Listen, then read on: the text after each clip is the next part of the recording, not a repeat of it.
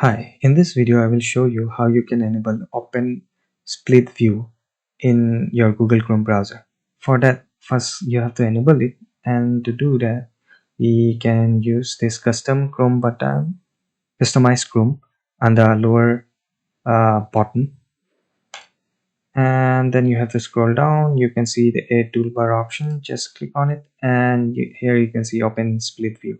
Just enable it. Once you enable it, you can see a icon next to your URL address bar. And now let's say I'm reading this article and I want to see about this thing, and I have opened it, and it will open in a new tab. So it's not very convenient to read like this, right? So for that I will just click on this, and I can see a split mode, and I can just click on the tab that I want to view on this side. And now you can get both the tabs next to each other. And that is how you can use the split mode in your Google Chrome.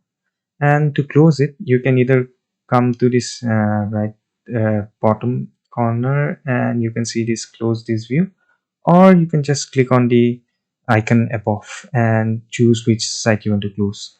Let's say I want to close the left right hand side, so I will click on it and it will just close it. And that's how you can enable the open split view in your Google browser. Thank you.